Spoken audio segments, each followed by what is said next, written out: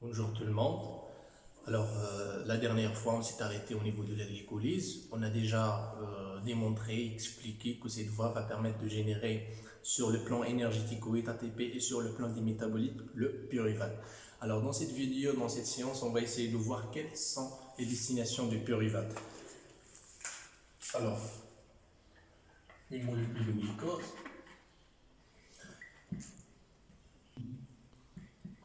De pyruvate. Avec bien sûr génération de l'ATP et du pouvoir réducteur. Alors cette molécule de pyruvate, elle a trois destinations. Soit elle se transforme en alcool via la fermentation alcoolique, soit elle se transforme en lactate via la fermentation lactique, ou bien se transforme en acétylcoenzyme A qui va emprunter par la suite la glycolyse. Alors la particularité de chaque voie, de chaque fermentation stricte, c'est-à-dire absence totale de dioxygène. Ici, c'est cycle de Krebs à l'intérieur de mitochondrie, donc c'est l'aérobie. Aérobie stricte, c'est-à-dire il y a de l'oxygène, parce que puisqu'on est dans le mitochondrie. Et puis la fermentation lactique, c'est l'anaérobie partielle, c'est-à-dire il y a la présence plus ou moins de l'oxygène.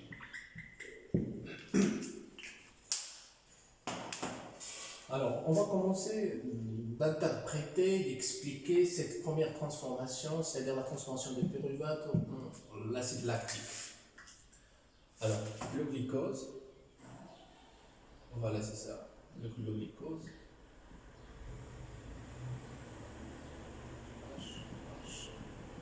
Avec 6 carbones,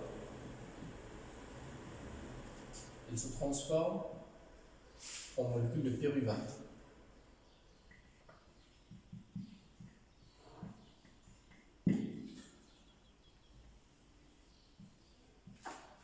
Ça, c'est le glucose.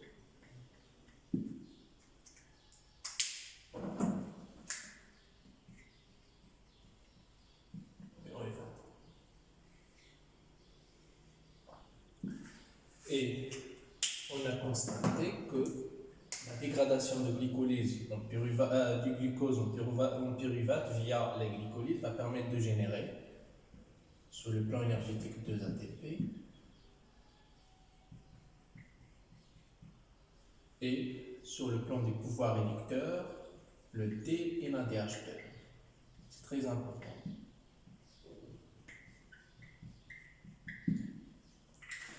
Alors, le pyruvate, elle se transforme en acide lactique. Elle donne le lactate. Cette structure qui est là.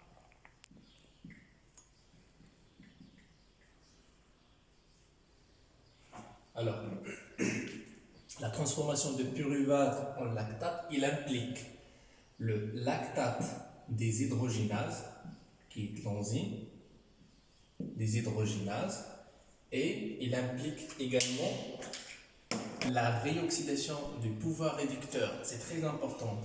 La réoxydation de NADH2 pour donner le NAD+, la forme oxydée. C'est-à-dire, on constate que cette NADH2, c'est un pouvoir réducteur. Comme je vous ai dit dans les dernières vidéos précédentes, je vous ai dit que le pouvoir réducteur, il se réoxyde au niveau de la chaîne respiratoire pour qu'il puisse donner l'ATP.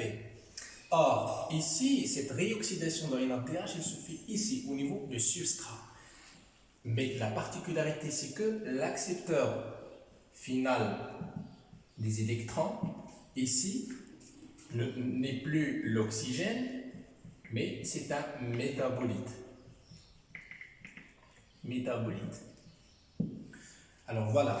Alors, cette molécule de glucose va être transformée en pyruvate via la voie de la glycolyse. C'est le sens qu'on a déjà vu. Elle permet de générer l'ATP et le pouvoir réducteur.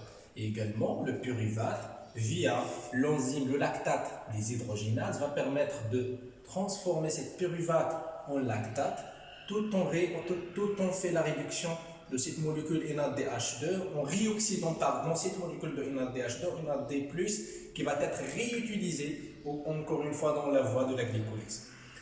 Alors tout ça aussi concerne la fermentation lactique en aérobie partielle. Alors d'abord on va parler sur la fermentation alcoolique, c'est-à-dire la formation de l'alcool. Alors le pyruvate cette fois-ci, il se transforme, avant qu'il se transforme en l'alcool, il se transforme en 2-acétylaldéhyde. C'est une molécule, mais ces transformations, il implique une enzyme s'appelle pyruvate dicarboxylase. Pourquoi dicarboxylase? Pour la simple raison, c'est que il l'enlève, il va enlever, il va enlever cette molécule de CO2 qui va sortir ici. Alors, et puis le 2-acétylaldéhyde est sous l'action de l'enzyme alcool des hydrogénases va permettre de générer la molécule de l'alcool. La molécule de l'alcool qui est de la forme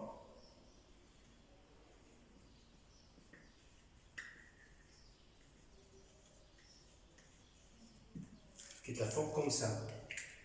Mais ce n'est pas seulement l'enzyme, mais toujours, comme je vous ai dit, que toujours cette enzyme, elle fait la conversion de cette 2-acétylaldéhyde en alcool, tout en fait la réoxydation de NADH2 en NAD+.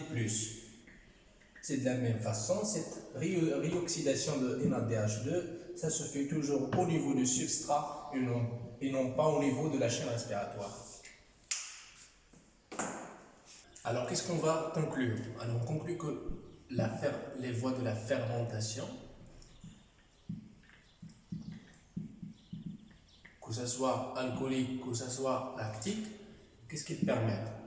Elles permettent de générer lactate ou bien l'alcool. Deuxièmement, elle permet la réoxydation de NADH2. Elle permet de donner cette forme oxydée de NADH2 qui est nécessaire à la continuation de la glycolyse. La réoxydation de NADH2 en NAD+, de générer cette NAD+, nécessaire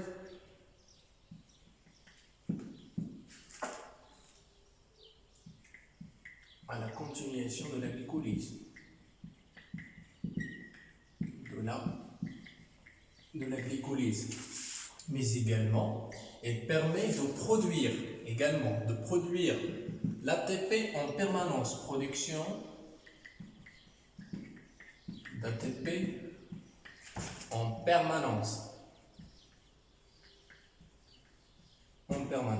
Alors, la fermentation, c'est une voie qui est nécessaire. Elle permet également de la continuation ou bien de la reconstitution d'une nouvelle voie de la glycolyse qui permet de dégrader une nouvelle molécule de glucose en pyruvate, tout en libérant bien sûr l'ATP et tout en réoxydant le pouvoir réducteur ici au niveau de substrat.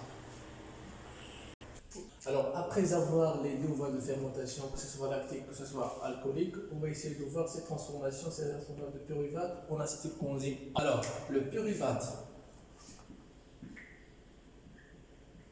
qui est obtenu par la voie de la glycolyse est formé au niveau cétosolique, au niveau de cétosol.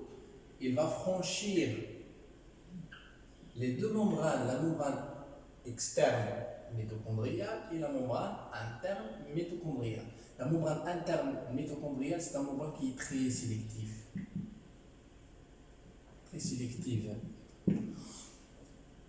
Et par contre, la membrane externe mitochondriale, elle laisse passer énormément de choses.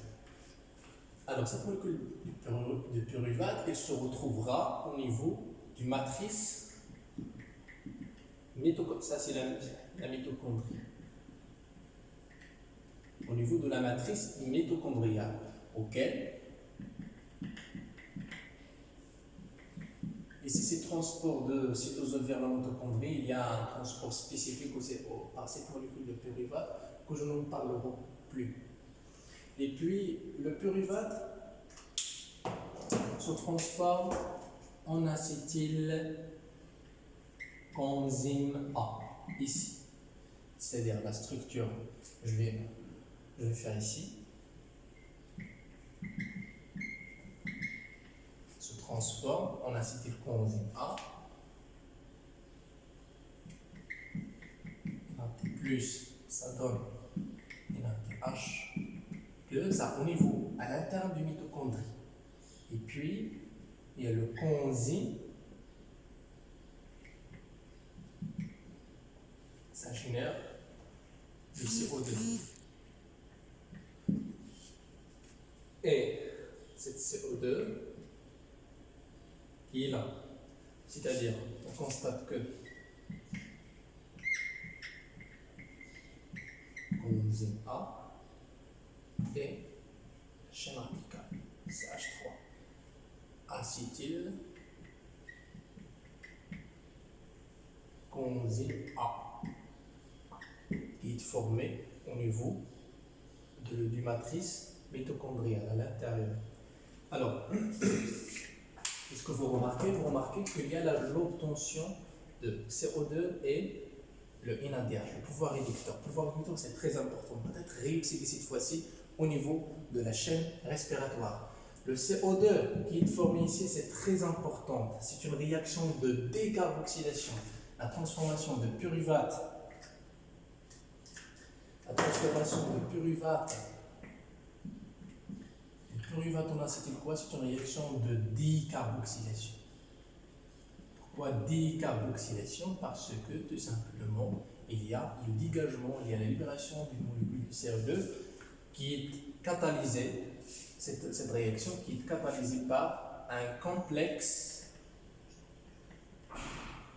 tout un complexe enzymatique s'appelle le pyruvate déshydrogénase.